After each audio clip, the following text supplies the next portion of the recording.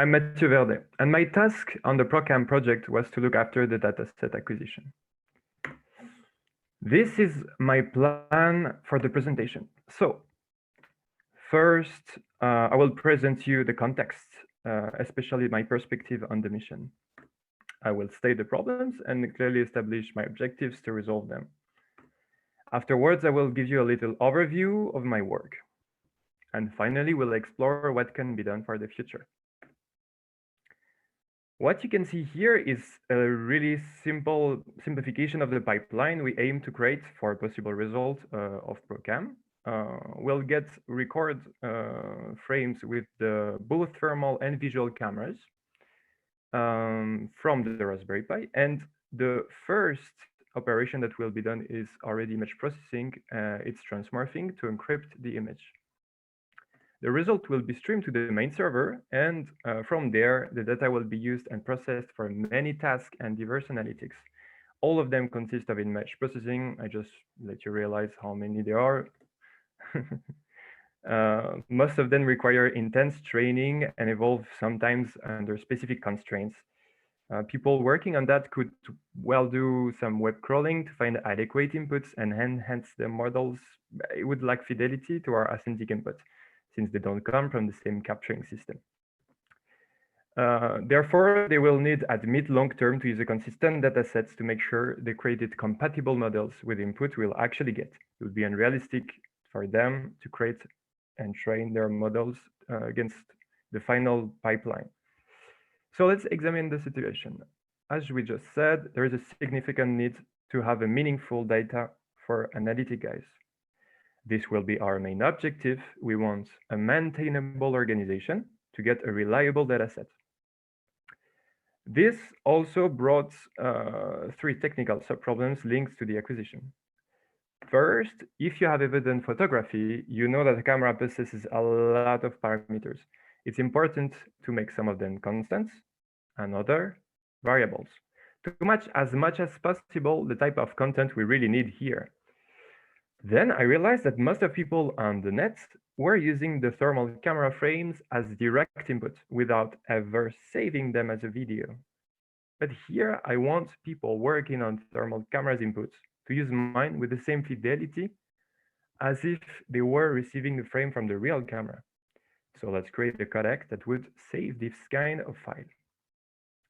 Third, we work on portable equipment that could lack computation power and lose efficiency in profit of heating and crashes. Passively, we'll encounter and assess which are the limit cases and what is really possible to do with our actual hardware. Okay, let's go.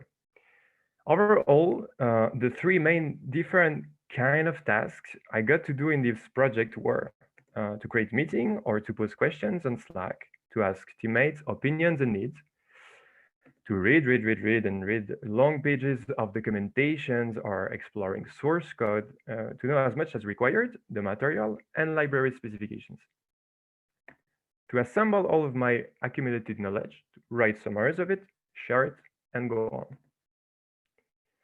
So first, the problems of the camera settings resolve themselves by making educated guesses and applying the related decisions on it.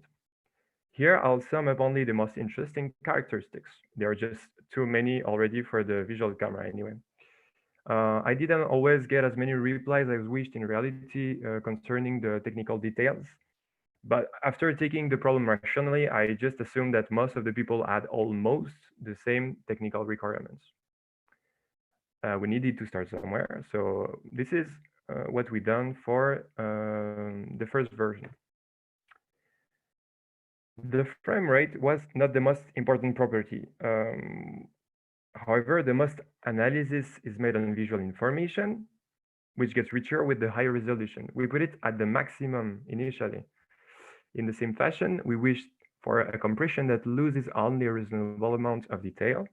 We just tried the format H264 and MJPEG, but I didn't really push forward here on this aspect in my work. On the other hand, after trying different techniques, I found out and read many times that the thermal camera I'm using, the AMLX 9640, is unstable when we ask it to perform over 8 frames per second. We also can't allow ourselves to take a smaller resolution. It's already low enough. And since the weight of each frame is at the end really light, we don't even need to think about compression.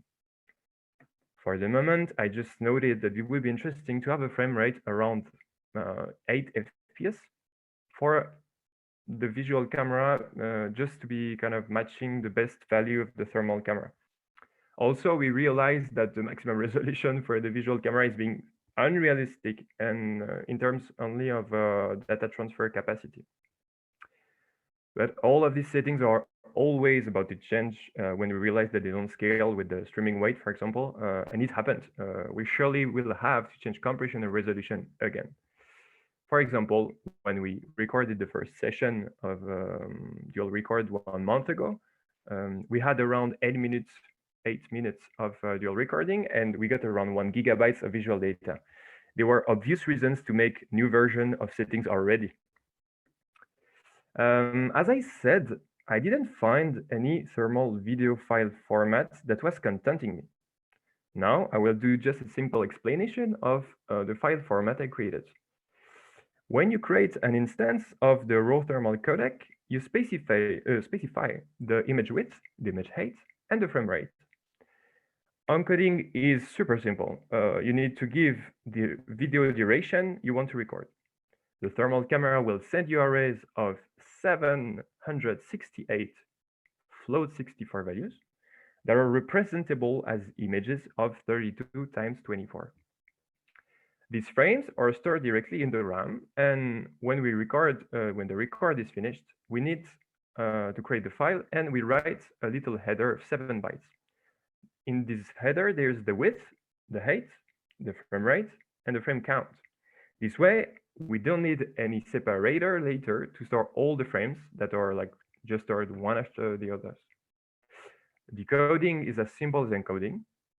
It's basically following the reverse actions until you get your arrays to your application. And you can now reshape the arrays to two-dimensional images to access the value in the more comfortable way. During our dual record session the other day, it happened that the recording program crashed due to unsolved incapacities. We suspected that we used a total bit rate going way over the capacity of our actual hardware/firmware. It was stable under 30 seconds of dual record, but no more. As mentioned, we did reduce the resolution after that, a decision that is also coherent with the final design and its bitrate of transmission. I also measured the temperature of the board. But it was only 45, 50 degrees each time I finished using it after 3-5 hours of work. These temperatures are normal, so it shouldn't be a problem for now. Side remark, these results are relevant only for small sessions of recording and not really for continuous streaming. That's important to note. So now that we have some experience and all the tools to record, we needed to create a platform for other teammates to share and use common standards. It will also be a way of guiding what content we want to capture. So first, let's define a naming convention. This with version 2.0 is really simple. It consists of basic and useful indications regarding the video properties. You have first the type of record, so thermal or visual, the unique ID. The F gives you the FPS, and the R gives you the resolution, and obviously you have the file extension. In my case, for the format I created, is .rth. You can note that both files have the same unique ID. It means that they were dual recorded, both visual and thermal at the same time with the same duration. The unique ID is based on your name, surname, and should increment each time you produce a record, dual or not. It's totally independent of the video settings at the end. With this unique ID, I will be able to store clear criterions about the recorded scenes and build a mini database to transmit the information to analytics people. I'll let you take some time to give a look at this short description of what we considered important for most of the analytics for the moment. So there is like, if you wear well the mask, how many people are there, the kind of dimension of the room you're kind of recording. So yeah, a bit, yeah, these kind of things. To sum up everything, I did a little animation. So this is the summary. So first, we perform the old record. We store it as well as the detail describing the record in the database and the folders to for people to access it. And you see that it linked to the image processing unit, which represent here all the algorithms made by the other people. This gives us also feedback for the record sessions and the settings. And this improvement that we can have will lead us towards a more concrete solution for the final design. I will conclude by stating some interesting directions to take now or later on this project. Leaving a trace. I guess some people will take on after me. I will try to give them most appropriate field to do so. I will try to ease their job by making my research clear enough and indicate what has been done and what needs to be done. One of these future objectives still consists of optimizing the acquisition process. It can largely be made better at the software, the OS, and the hardware level. For the moment, I plan also to create just a rudimentary database just to store basic details. I will see if I have the time to create a proper one, but I don't think so. Otherwise, it will be just another things among the ones to create. So thank you for your attention, and I hope everything was clear.